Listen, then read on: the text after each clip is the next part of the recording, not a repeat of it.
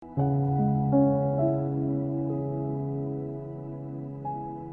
nama Tuhan. Ulangan 1 ayat 5-8. Yang kaum Adam duluan. Sekali lagi tes sekali lagi. Kaum Adam shalom. Ya, bapak-bapak dan juga saudara-saudara yang laki-laki baca ayat 5. Kaum Hawa shalom. Baca ayat 6 itu, lalu bergantian gitu ya sampai selesai. Puji nama Tuhan.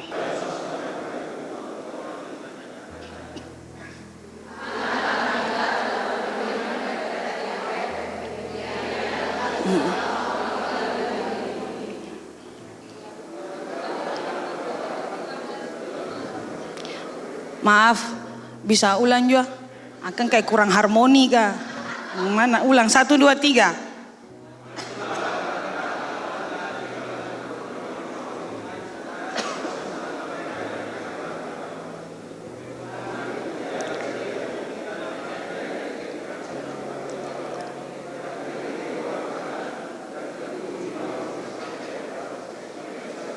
Ya.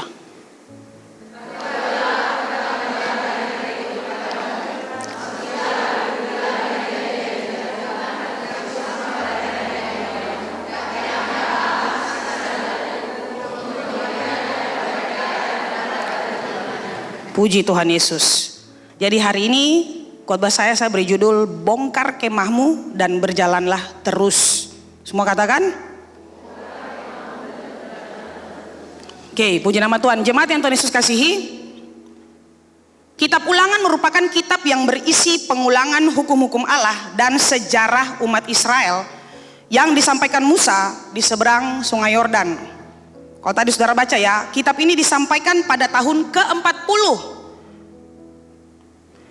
sejak mereka keluar dari tanah Mesir, yaitu setelah Sihon raja orang Amori dan Og raja negeri Basan itu dikalahkan.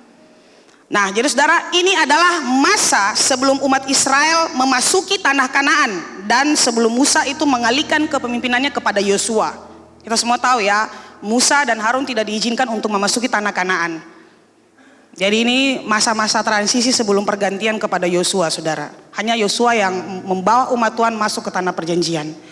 Nah, Bapak Ibu Saudara, pada awal kitab ini Musa mengingatkan, sama-sama kita katakan mengingatkan. Dia mengingatkan umat Israel tentang perintah Tuhan bagi mereka untuk pergi ke pegunungan Amori dan sekitar Araba Yordan yang tadi kita baca ayat 6 dan 7. Nah, alasan perintah itu diberikan, saudara, karena daerah-daerah tersebut memang akan diserahkan Tuhan kepada umat Israel sebagaimana yang telah Dia janjikan kepada nenek moyang mereka, yaitu Abraham, Ishak, Yakub. Nah, yang perlu mereka lakukan hanyalah masuk dan menguasai. Tuhan sudah janjikan, Tuhan akan kasih. Tuhan pasti kasih. Yang perlu mereka lakukan hanyalah masuk dan menduduki, menguasai negeri itu. Nah, saudara, sebagai pemimpin rohani, Musa sadar bahwa ketika menduduki tanah Kanaan, umat Tuhan pasti akan mengalami kesulitan karena mereka harus berhadapan dengan orang Amori yang perawakannya tinggi dan besar. Dan mereka juga punya kekuatan yang besar. Tetapi Musa mengajak mereka untuk mereka mengerti dan terus memahami, menyadari bahwa Tuhan sendirilah yang sudah menyerahkan tanah itu untuk mereka. Itu. Ini Musa ini luar biasa, saudara. Dia mengulang lagi, ingat, Tuhan yang berjanji, Tuhan pasti tepati. Dia berjanji, dia berjalan dengan kalian, dia pasti berjalan dengan kalian. Itu yang Musa sampaikan kepada umat Tuhan. Jadi Musa sepertinya lewat pesan ini, saudara, dia mau sampaikan kepada umat Tuhan bahwa jika 40 tahun lalu Tuhan menuntun Israel melewati padang gurun dengan semua kesusahan, semua penderitaan, saudara, maka masa pada saat itu ya, pada saat mereka sebelum masuk tanah Kanaan, itu pun Tuhan akan dapat menolong mereka memasuki tanah perjanjian. Jadi Tuhan yang menolong mereka di masa padang gurun, sampai sekarang tanah perjanjian di depan mata mereka mau masuki, Tuhan yang sama pasti akan menuntun mereka sampai masuk, sampai berperang melawan bangsa-bangsa itu dan menduduki daerah-daerah yang sudah Tuhan janjikan di tanah Kanaan. Jadi mari kita lihat satu persatu apa yang Tuhan mau dari umat pilihan Tuhan. Katakan, saya umat pilihan Tuhan. Katakan, saya orang pilihan Tuhan. Jadi mari kita lihat apa sih yang Tuhan mau dari orang pilihan Tuhan, dari Anda. Nah, sekarang untuk mempertegas, saya minta tolong saudara bantu saya ya. Boleh bilang untuk orang kiri kanan, kamu itu orang pilihan Tuhan. Jadi kita lihat saudara. Nah, seperti yang almarhum Gembala Sidang sudah ajarkan untuk kita semua, untuk hamba Tuhan secara khusus. Jadi Bapak Ibu Saudara, untuk kita melihat lebih dalam, kita mempelajari firman Tuhan, kita harus bisa menelaah, kita harus bisa mempelajari dari berbagai terjemahan. Oleh sebab itu jangan bosan-bosan kalau belajar bahasa Inggris. Senyum? Iya, puji nama Tuhan. Kita belajar, semua katakan belajar. Belajar. Nah saudara, saya suka sekali dengan terjemahan di dalam Alkitab GNB, Good News Bible. Di ayat 6 itu dikatakan, you have stayed long enough at this mountain. Break camp and move on. Kita lihat bahasa Indonesia tadi, bahasa Indonesia di ayat 7 itu dikatakan majulah, berangkatlah, pergilah. Tapi dalam terjemahan Good News Bible, dia nggak pakai kata majulah, bangkitlah dan pergilah, tapi dia pakai kata break camp and move on. Jadi artinya, ini kita bilang arti juga. Coba kau baca sama-sama dulu. Break camp and move on. 1, 2, 3. Bagus. Tong ini luar negeri, pasti ada. Nah, kalau katong susah baca akan pun bahasa Inggris, mari katong baca bahasa Indonesia supaya jangan salah paham semua. 1, 2, 3. Bongkar kemahmu dan atau berjalan terus. Jadi move on, berpindah atau jalan terus. Move on. Semua bilang move on. Move on ini sangat melekat dengan anak-anak muda. Move yes? Yes move. Ya. Jadi saudara, bongkar kemahmu dan berpindahlah atau berjalanlah terus. Jadi saudara yang Tuhan kasihi, dengar baik-baik. Ketika Tuhan menjanjikan sesuatu bagi umatnya, dia pasti menggenapinya. Tapi saudara, ada aturan main Tuhan yang harus kita ikuti supaya janji itu terjadi bagi hidup kita. Dan dalam konteks ini saudara, dia sudah janjikan tanah Kanaan, tanah perjanjian kepada umatnya. Tapi ada yang harus dilakukan supaya janji Tuhan digenapi bagi mereka, supaya mereka sampai kepada tujuan Tuhan untuk mereka. 2 syarat penggenapan janji Tuhan, saudara perhatikan baik-baik. 1, bongkar kemah. Semua katakan bongkar kemah. Bukan bongkar barisan. Bongkar kemah kita.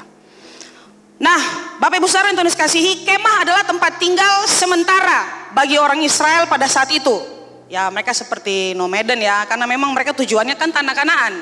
Gitu, bukan memang mereka seperti orang purbakala yang nomaden pindah-pindah tidak punya tempat. Tapi memang mereka tujuannya adalah tanah perjanjian, sehingga memang mereka berpindah dari satu tempat ke tempat yang lain dalam tuntunan Roh Allah.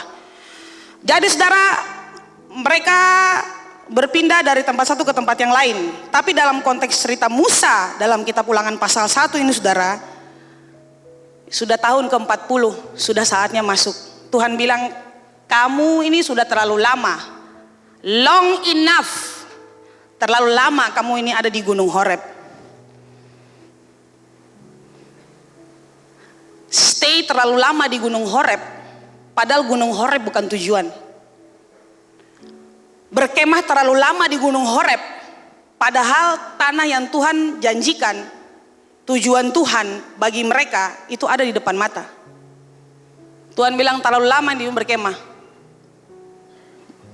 Sudah terlalu lama. Ada lagunya tuh. Jangan kita menyanyi lagi, lewat. Jadi bongkar kemah, Tuhan katakan break camp. Bongkar kemah adalah langkah awal untuk kita melihat tujuan Tuhan bagi hidup kita. Dan break camp atau bongkar kemah adalah langkah awal kita melihat janji Tuhan itu digenapi bagi kita. Bapak Ibu Saudara perhatikan baik-baik, kemah itu berbicara tentang zona nyaman. Ini pewahyuan, saya khotbah pewahyuan. Kemah itu ngomong tentang kehidupan saudara. Zona nyaman, sebuah kehidupan yang ada dalam zona nyaman. Dan semua kita tahu, zona nyaman itu saudara merupakan jebakan setan supaya kita nggak bisa menikmati janji Tuhan.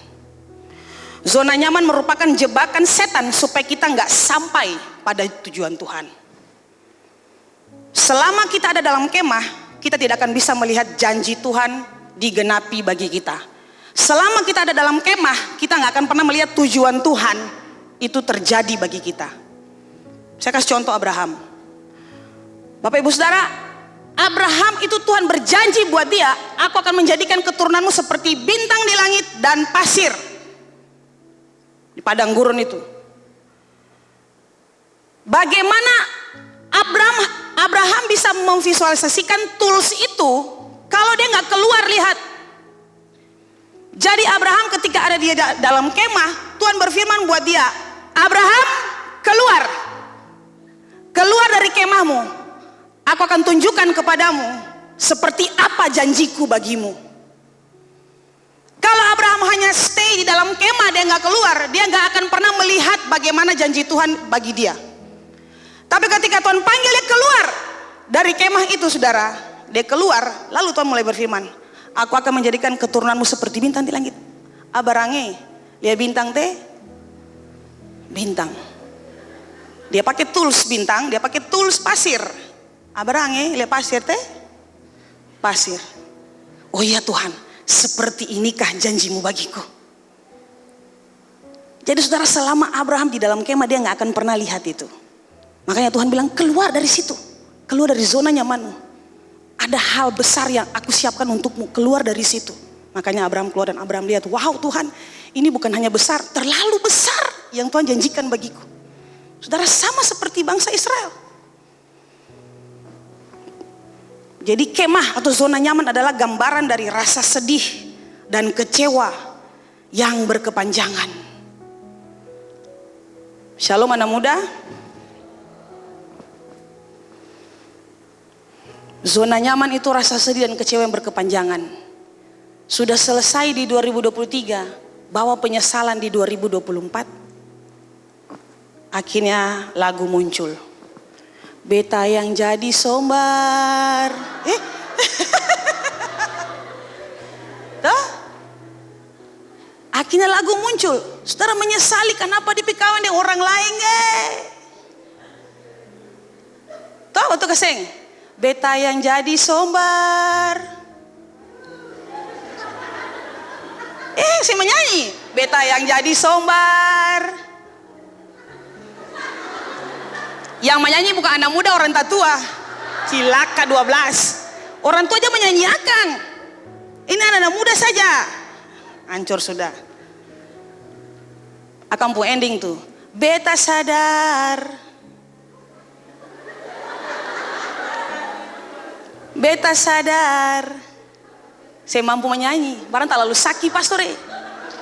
Ternyata beta ini pilihan bukan tujuan.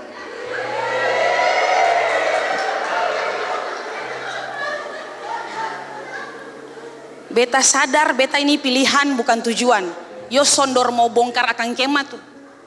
Padahal sadar nih, lagu mewakili beta perasaan pastore. Pokoknya akan berkumandang di oto-oto quick lah. Oto-oto mencari itu. Sadar beta ini pilihan bukan tujuan. Marse mau bongkar akan kemah tuh. Tetap mau sedih terus, tetap mau kecewa terus, tidak mau keluar dari situ. Kemah ngomong tentang dosa dan pelanggaran yang selama ini kita simpan tutup rapat mati nat, sumati nat lay. Dan tidak diselesaikan. Saudara, saya pernah di area itu ya, sangat menderita. Boleh bilang kiri kanan, dosa disimpan tuh sangat menderita. Tapi untuk sebagian orang menderita aduhai. Nah itu. Saudara, dosa dan pelanggaran. Habis itu apa lagi? Kemah itu berupa kepahitan, luka batin, dendam terhadap istri, suami, orang tua, teman, rekan kerja, pacar. Saudara, beberapa waktu yang lalu saya punya teman bilang ini, Pastor, beta pun punya istri, baku bonceng orang lain. Lalu beta paling ancur pastor, ini istri ya wajar. Anda tidak wajar kalau pacaran-pacaran ini. Baru pacaran 2 hari saya pas lihat pasangan baku bonceng orang lain langsung menara-menara dalam talapas. Ondos. Ini ya suami istri. Saudara suami istri. Jadi dia bilang, pastor, pokoknya beta dapat dong 2, beta baku dapat dong 2 1 kali di jalan, beta potong. Beta bilang kalau saya bikin sup, panggil beta. Gitu. Beta potong, saudara lihat ini.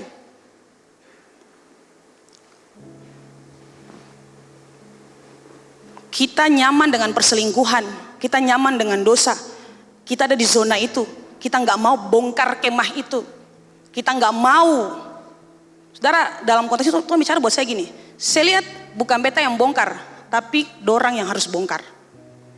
Bukan beta yang bongkar kemah itu, kamu orang yang harus bongkar sendiri. Artinya harus ada usaha dari kita untuk kita bongkar. Kita keluar dari zona nyaman itu. Saudara, kemah kemalasan, kemah percabulan dan perselingkuhan, kemah judi, kemah rokok, miras, narkoba, kemah kebohongan dan penipuan. Waduh, orang paling nyaman di zona ini. Nyaman sekali berbohong, sampai berbohong itu sudah jadi gaya hidup. Sampai bisa berbohong kepada pemimpin, bisa berbohong kepada hamba Tuhan. Itu sudah jadi gaya hidup, saudara. Saya kasih tahu Anda berita buruknya. Anda perlu ditolong. Kalau sampai Anda berbohong dan sampai sudah bisa membohongi seorang hamba Tuhan, itu berarti Anda itu sudah jadi penyakit. Itu sudah jadi penyakit.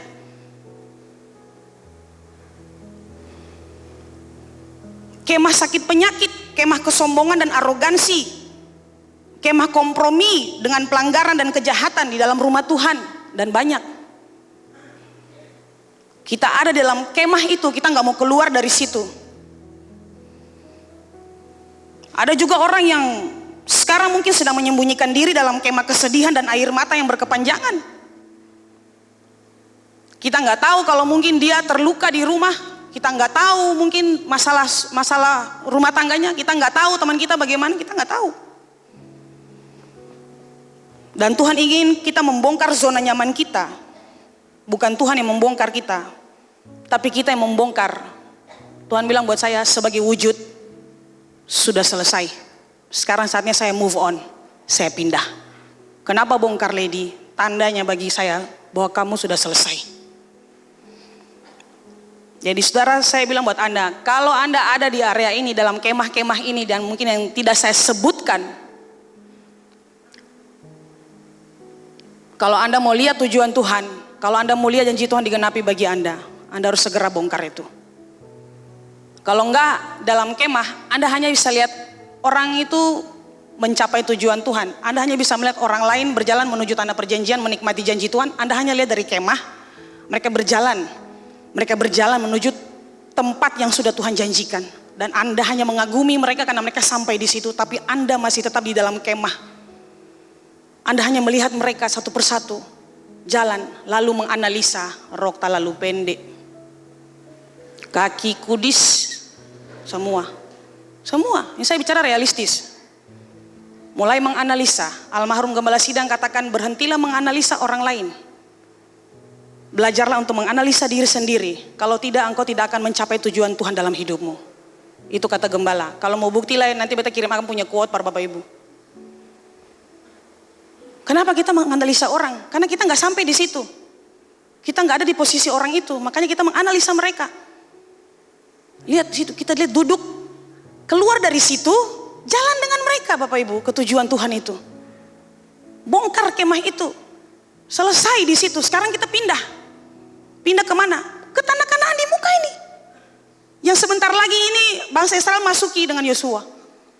Ke situ, jangan mau ketinggalan Bapak Ibu. Ya pengalaman saya, pasti kita ada di titik capek. Mana ada orang hidup dalam pelanggaran, orang gak capek? Capek pasti. Apalagi bertahun-tahun, capek.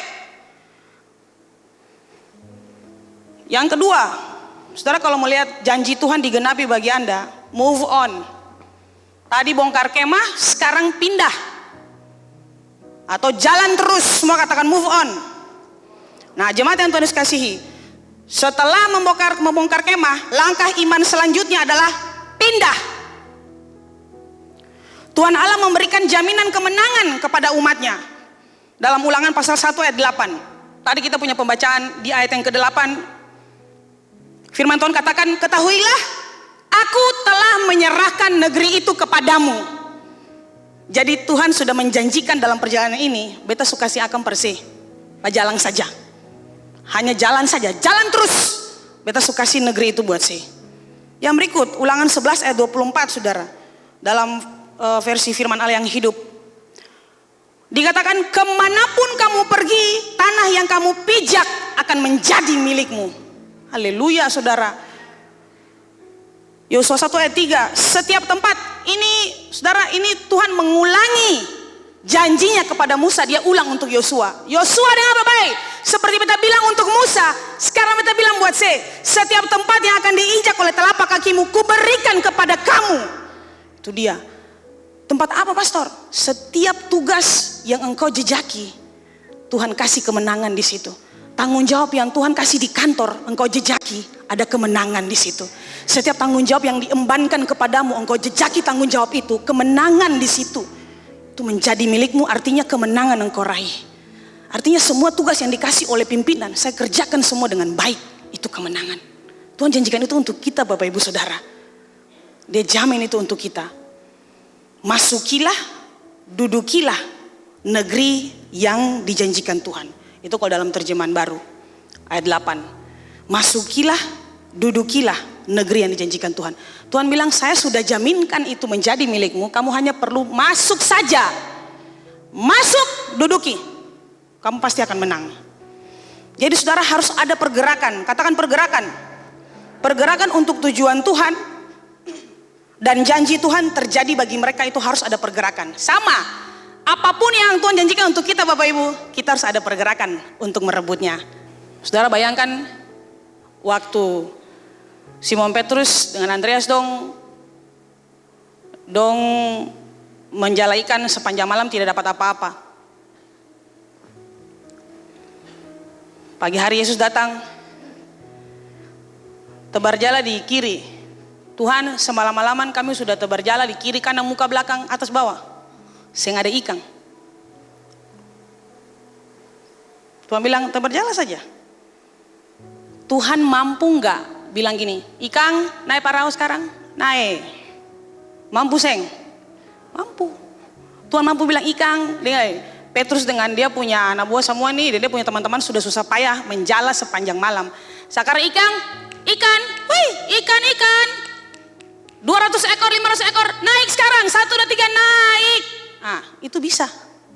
Tapi Tuhan mau Petrus itu mengalami mujizat. Petrus bukan hanya melihat, tapi juga mengalaminya. Ada kerjasama, semua bilang kerjasama. Kerjasama. Jadi kalau Tuhan sudah bilang, tebar jala, saya pasti dapat ikan. Katong pun tugas, kerja. Tebar jala itu, ambil apa yang sudah Tuhan janjikan. Ambil apa yang sudah Tuhan kasih. Sekarang Tuhan sudah kasih tanah perjanjian. Tuhan sudah kasih kita banyak hal yang Tuhan janjikan di depan ini. Kita harus maju terus. Bongkar kemah, keluar dari kemah, bongkar, maju. Jangan mau ketinggalan di dalam kemah saudara. Saya kasih tahu Anda rugi. Jadi pertanyaannya adalah, sudahkah Anda move on dari kemah Anda saat ini? Bolehkah tolong saya bantu bertanya untuk kiri kanan. Ale sudah move on kah belum dari Ale pun kemah?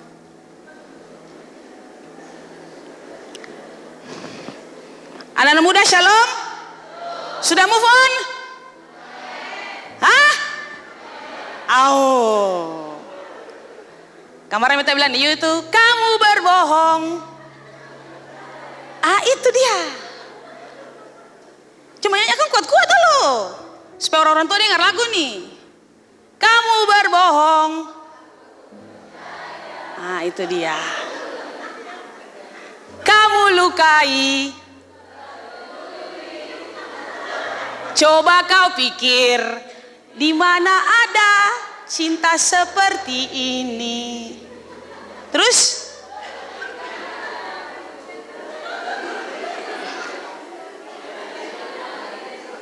Kau dengan yang lain itu Akang tuh. Kau dengan yang lain, ku tetap setia.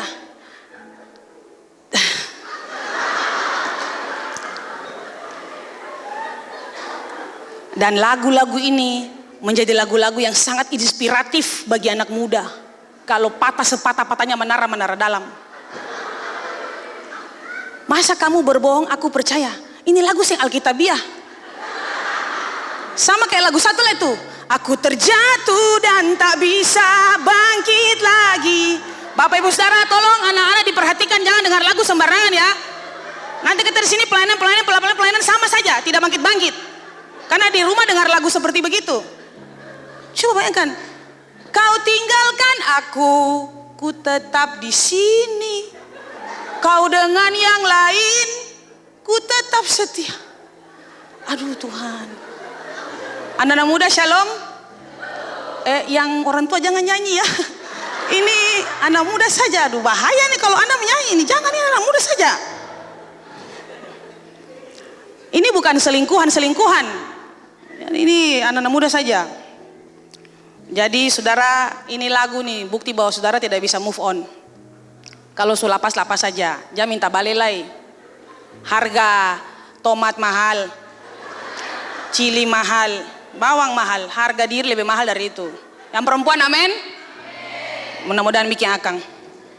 Saudara, tadi malam kita punya acara gathering and sharing. Jadi setiap bulan itu dengan tuntunan Roh Kudus, saya membuat macam-macam program untuk katong punya kegiatan-kegiatan setiap bulan. Jadi setiap bulan itu kami ada gathering and sharing, kami berkumpul dan sharing. Jadi tentang kesehatan iya, tapi juga tentang di dalam katong internal juga ada pokok-pokok bahasan yang katong harus sharing dan saling memberkati satu dengan yang lainnya. Jadi tadi malam beta pulang sampai rumah, tepung anak rohani dia cerita buat beta, Pastor, nona yang tadi sharing dengan beta. Saudara, di antara semua keluarga, dia bilang dia yang paling jelek fisiknya. Di antara semua siblingsnya, di antara semua saudara-saudara kandungnya, dia yang paling bagus fisik. Itu membuat dia sering dibully oleh dia punya om dan tante. Dia sering dibully oleh adik-adik dan kakak-kakaknya. Seperti dia tuh tidak diperhitungkan di dalam keluarga. Saudara, dia bicara sambil berlinang air mata. Saudara tahu, berulang-ulang kali dia melakukan percobaan bunuh diri. Hanya karena dia merasa bahwa dia tidak begitu berharga seperti dia pun saudara-saudara yang lain. Dan di mata keluarga seperti dia tuh hina. Dan berulang-ulang kali dia mencoba untuk sampai pernah tidak makan 4 hari dengan sasaran asam lambung lalu mati. Ini percobaan yang lain untuk dia selesai, saudara. Ketawa pas asam lambung. Tapi saudara lihat, dia sedang ada dalam kemah kebencian yang luar biasa terhadap dia punya keluarga. Saya kasih tahu buat Anda Bapak Ibu, anak-anakmu semua itu lahir dalam seizin Tuhan. Jangan pernah membanding-bandingkan yang tua dengan yang muda, yang nomor 1 dengan nomor 3, nomor 2 dengan 4, nomor 5 dengan 32. Jangan. Semua sama. Kalau saudara suka membanding-bandingkan, saudara, nanti akan terjadi seperti ini, akar pahit. Sejak kecil dia bertumbuh, dia simpan kepahitan yang paling dalam. Saya kasih tahu, itu kemah namanya. Dia tinggal di situ, kepahitan, dan itu sudah jadi akar pahit. Dia terluka sampai sudah jadi akar yang pahit.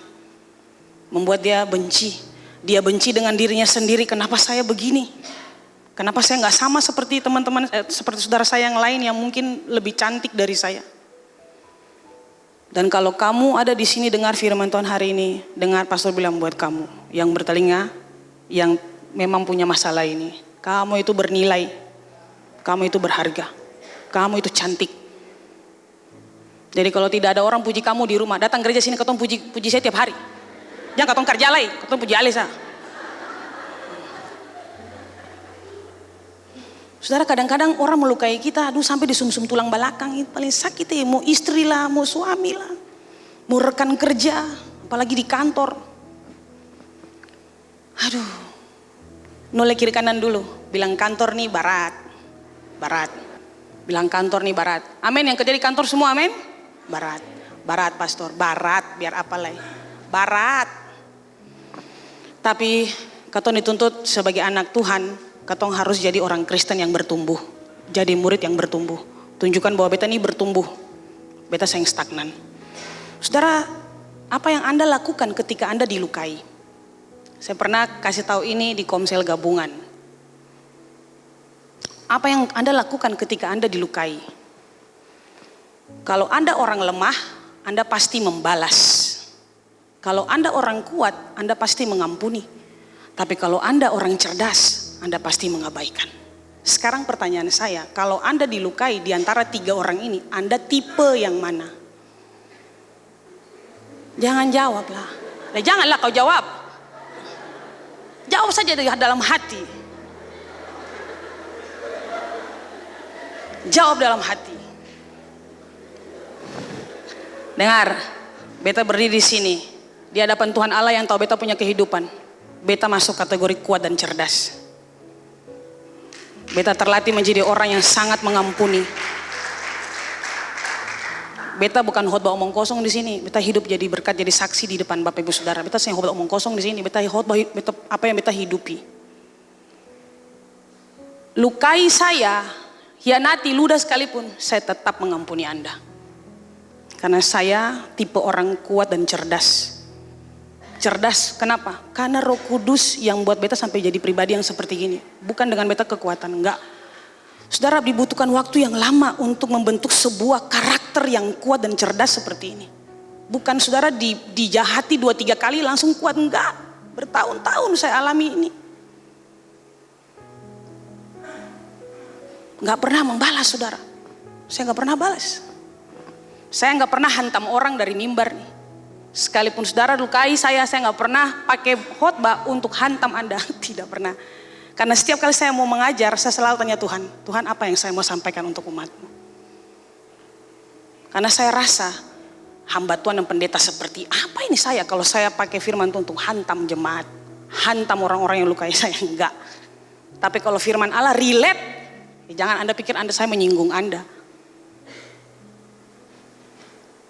Jadi saudara termasuk tipe yang mana? Saudara jawab sendiri. Kalau saudara masih lemah karena membalas, hantam di segala macam hal. Saudara tidak suka dengan orang, saudara mulai mengkamiri yang lain. Dia ini begini, dia ini begini, dia ini begini. Berarti Anda orang lemah. Anda gak bisa balas dia. Anda jatuhkan dia di orang lain. Saudara, Roh Kudus tidak pernah bekerja menjatuhkan reputasi orang. Roh Kudus tidak pernah bekerja dalam diri seseorang untuk menjatuhkan reputasi orang lain. Itu bukan pekerjaan Roh Allah.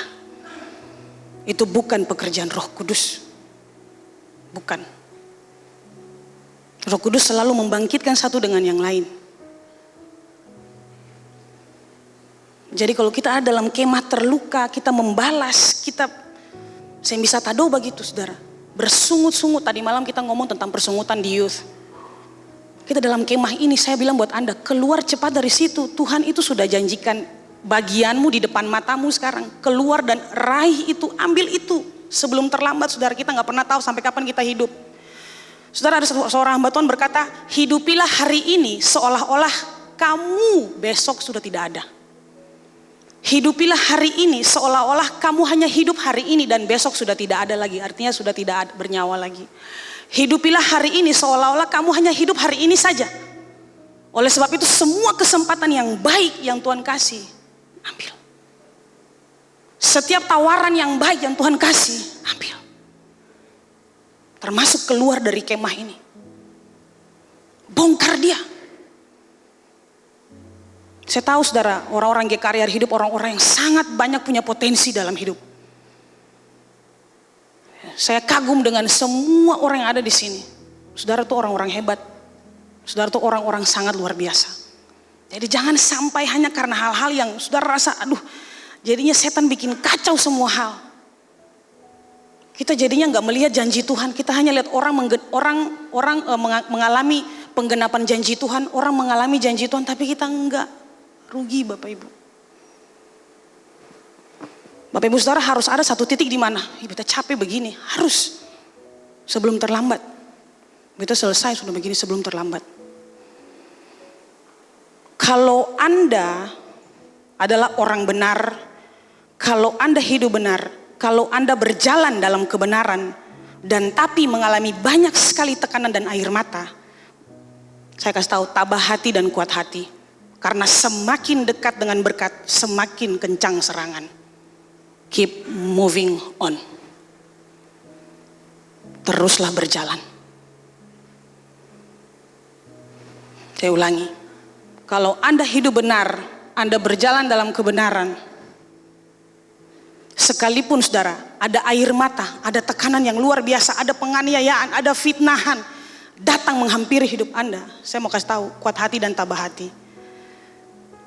Kali pertama saya khotbah di sini, Mama dalam seizin Tuhan lewat Mama Gembala, Tuhan bicara buat saya.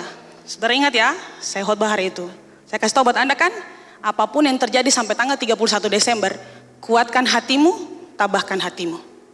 2 kata itu Tuhan bilang, termasuk buat saya. Makanya saya sudah tahu saudara, apapun yang terjadi saya sudah tahu karena Tuhan sudah kasih tahu buat saya. Apapun yang terjadi lady, saya harus kuat hati. Saya harus tabah hati. Di muka nih ada proyek besar. Saya harus kuat. Karena apa? Semakin dekat dengan berkat, semakin kencang serangan. Kalau Anda berjalan dalam pengurapan Tuhan dan melakukan banyak sekali terobosan dengan Tuhan, saya mau kasih tahu, tabah hati, kuat hati. Karena semakin besar pengurapan, semakin besar juga serangan. Semakin besar pengurapan pada diri seseorang, maka semakin besar serangan. Orang berjalan dalam pengurapan saudara, itu iblis incar. Dia akan berusaha untuk menumbangkan orang yang diurapi Tuhan. Tapi kita sudah tahu, Bapak Gembala bilang dia punya triknya trik lama. Iblis itu dia punya triknya trik lama. Kalau Anda murid, Anda pasti punya level berpikir seperti begini. Karena murid bertumbuh, followers tidak bertumbuh.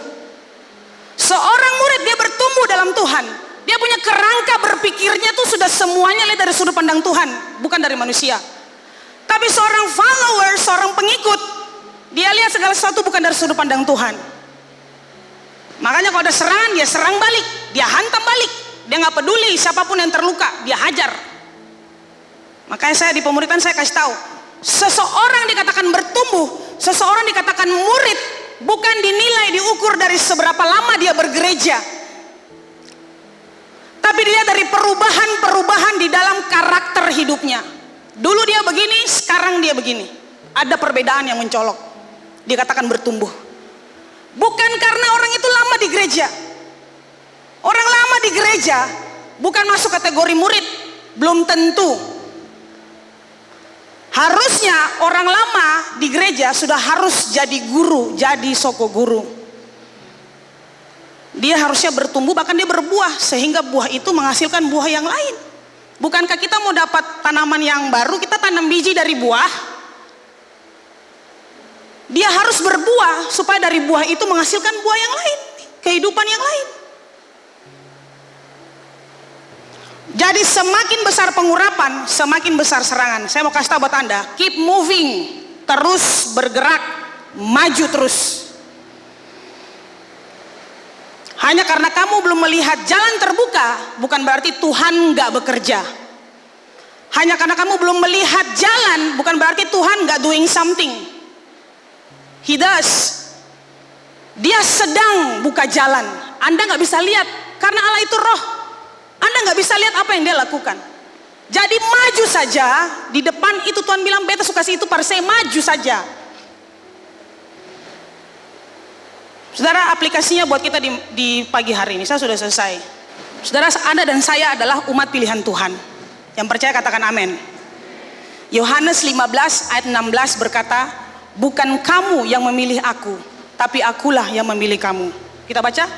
Dan aku telah menetapkan kamu supaya kamu pergi dan menghasilkan buah, dan buahmu itu tetap, supaya apa yang kamu minta kepada Bapa dalam namaku diberikannya kepadamu. Dan Bapak Ibu Saudara, 4 hal yang sangat fundamental. Mengapa Bapak Ibu Saudara ada di sini? Mengapa Bapak Ibu Saudara ada di sini, di kota ini, di gereja ini, ada bersama dengan kami? Mengapa Bapak Ibu Saudara diizinkan Tuhan ada di sini? Ada 4 hal yang sangat fundamental, yang sangat mendasar. Saudara, pertama, because we have chosen, you have chosen. Karena kita sudah dipilih oleh Tuhan. Dalam terjemahan bahasa Inggris, you have not chosen me, but I have chosen you. Dalam terjemahan bahasa Inggris. And I have appointed and placed and purposefully planted. Itu dalam terjemahan bahasa Inggris. Jadi kalau kita uraikan, kita ada di sini saudara, karena kita ini sudah dipilih oleh Tuhan. Because we are chosen, kita sudah dipilih. We have appointed, we have placed. Kita sudah ditetapkan oleh Tuhan. Kita sudah ditempatkan oleh Tuhan. Dan kita sudah ditanam dengan rencana yang sangat matang. Saudara, kalau masing-masing ini kita pelajari lagi per poin ini, itu lebih dalam lagi. Kita akan dapat khotbah-khotbah, 4 khotbah lagi. Semua kita orang pilihan Tuhan, sama seperti Tuhan memilih Israel menjadi umat kepunyaannya. Kita ini umat kepunyaan Tuhan. Kita dipilih Tuhan. Kita ditetapkan. Kita ditempatkan di sini. Untuk tujuan Tuhan semuanya. Untuk janji Tuhan digenapi. Saya punya jiwa baru di Tawiri, saudara. Saya penginjilan. Dan saya dapat jiwa baru di Tawiri. Dia sudah, puji Tuhan Yesus, dia sudah sekitar 2 bulan lebih ikut ibadah youth. Dia belum bisa ikut komsel karena memang jarak yang sangat jauh. Dia tinggal di Riang ya. Di Mama Els dong punya jalan masuk sana. Mama Els masih hubungan saudara kayaknya. Dia dan dia punya kakak. Belum dapat pekerjaan. Dia punya kakak nih cuman tidur. Saya bergaul oleh orang. Tidur saja. Dia juga belum dapat pekerjaan. Mereka berdua sudah lama menganggur saudara. Kemudian dia ini sudah menjalin asmara dengan banyak sekali lelaki, tapi tidak bertahan dalam waktu lama. 2 bulan putus, kadang 2 hari putus. Kita nggak, 2 hari ngapain? 2 hari putus, 3 minggu putus, 1 bulan putus, nggak pernah bertahan saudara dalam jangka waktu yang lama. Saya bilang buat dia, pastor harus bilang buat saya, ini kutuk. Ini dia dalam kemah kutuk. Karena gagal dalam pekerjaan, gagal melamar pekerjaan, dalam hubungan pun gagal terus dalam hubungan. Padahal pacaran 2 hari putus, 3 hari putus, sampai dia bilang, aduh pastor, lalu saya punyong ini di mana LDR? Aduh Tuhan nih. Saudara minta maaf, beta bukan penganut paham LDR. Beta no way. Ya Bapak Ibu terserah ya, masing-masing punya pandangan. Saya enggak. Yang di sini saya tipu-tipu. Kong yang nun jauh di sana, sorry ya. Saya bilang no way. Wajar lah, semuanya di luar. Saya bilang keluar dari situ.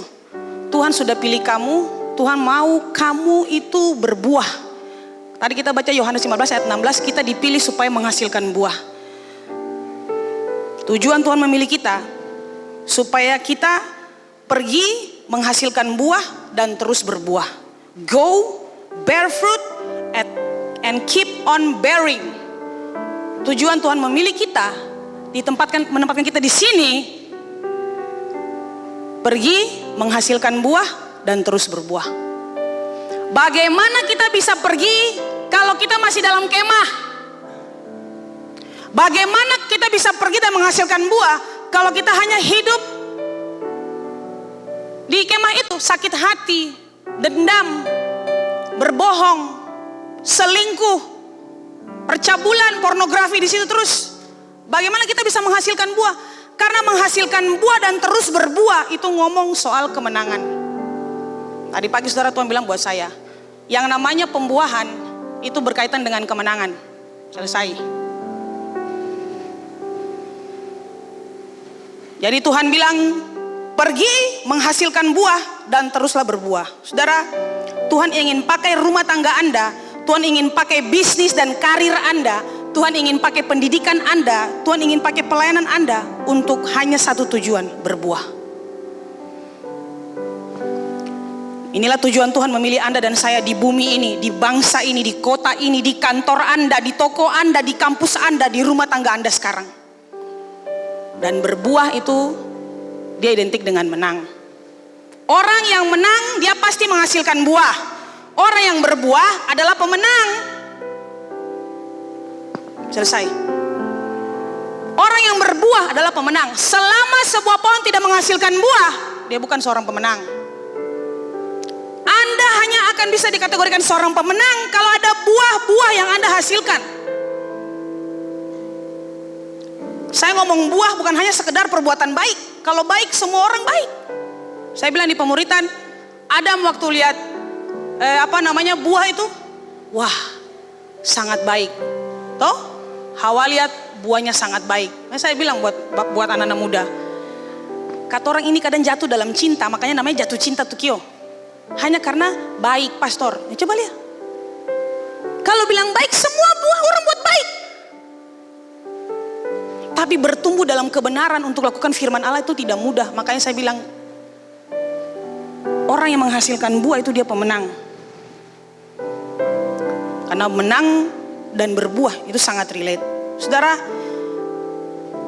kalau saudara masih ingat almarhum Gembala Sidang, saya nggak sempat untuk sampaikan video. Kalau Anda masih ingat, almarhum Pastor John pernah memberikan sebuah gambaran kepada kita tentang bagaimana sel sperma dan sel ovum itu berjumpa. Dengar baik-baik. Ada ribuan sel sperma yang berlomba, berlari, beradu kecepatan. Wah. Ya. Beradu kecepatan. Tapi hanya satu yang dikatakan berhasil sebagai pemenang. Dia inilah yang masuk ketemu dengan sel ovum.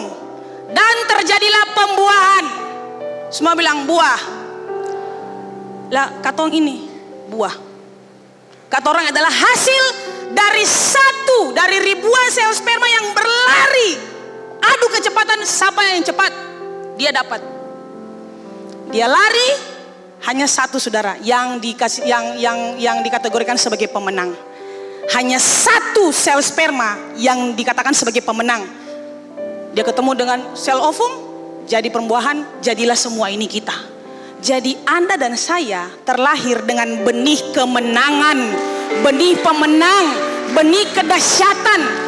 Karena itu dahsyat saudara. Di antara ribuan satu. Aduh saya nggak sempat bikin video ya, tapi saudara bisa membayangkan aja lah. Dia lari saudara. Jadi saudara kita ini sebenarnya punya benih pemenang. Kita semua mampu untuk menghasilkan buah. Kita semua bahkan mampu untuk terus berbuah.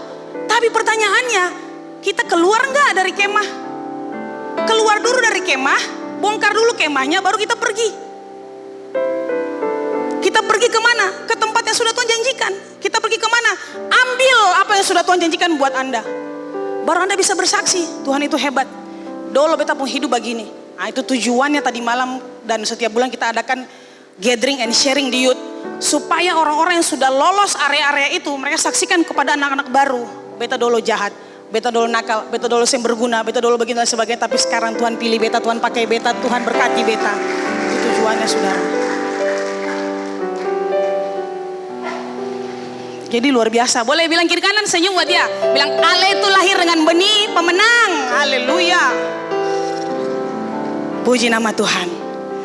Tapi saudara ingat oh baik, di ayat 8 yang paling terakhir, kata baca ayat 8. Kata baca ayat 8 yang paling terakhir. Ada di depan? Ya. 1, 2, 3.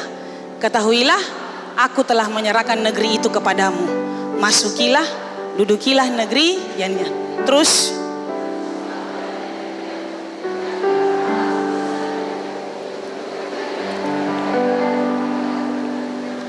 Puji Tuhan. Tapi sebelum Tuhan serahkan, sebelum Anda ambil bagian Anda yang sudah Tuhan janjikan, Tuhan ingin Anda bongkar keluar dari kemah, tempat persembunyian Anda selama ini. Bongkar kemah itu,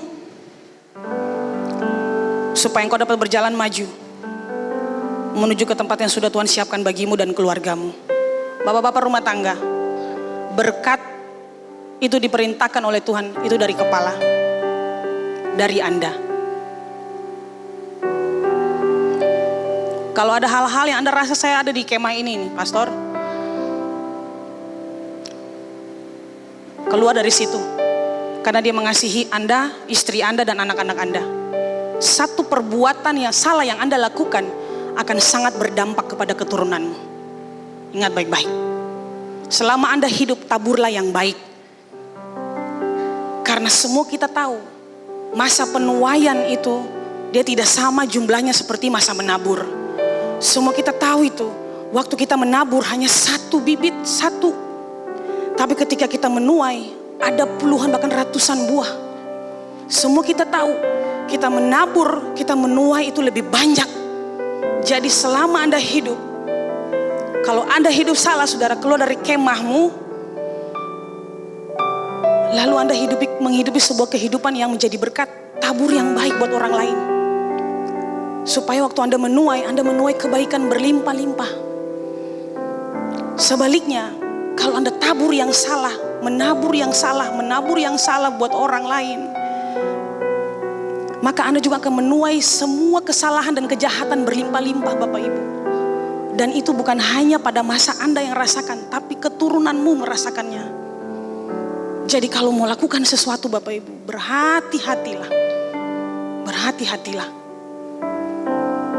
Mau lakukan sesuatu, Anda pikir panjang ke depan. Apa yang saya lakukan ini berdampak kepada keluarga saya dan kepada anak cucu saya.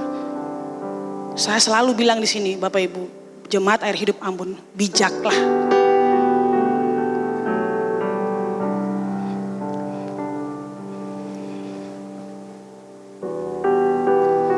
Jadi hari ini saudara kesempatan. Saran saya, di mana ada kesempatan yang Tuhan kasih untukmu, cepat ambil. Hidupilah sebuah kehidupan seperti Anda hidup hari ini dan tidak hidup besok. Anda tidak pernah tahu apa yang terjadi hari esok dengan hidup Anda. Selama ada kesempatan, saya mau keluar segera, pastor. Saya sudah tersiksa dalam kemah ini. Beta paling hancur dalam kemah ini. Hidup tidak ada damai sejahtera, tidak ada sukacita. Yang ada hanya persungutan.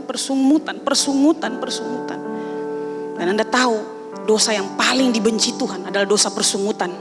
Makanya Anda lihat dia mematikan puluhan ribu jemaat Israel di padang gurun. Karena persungutan bukan dosa biasa.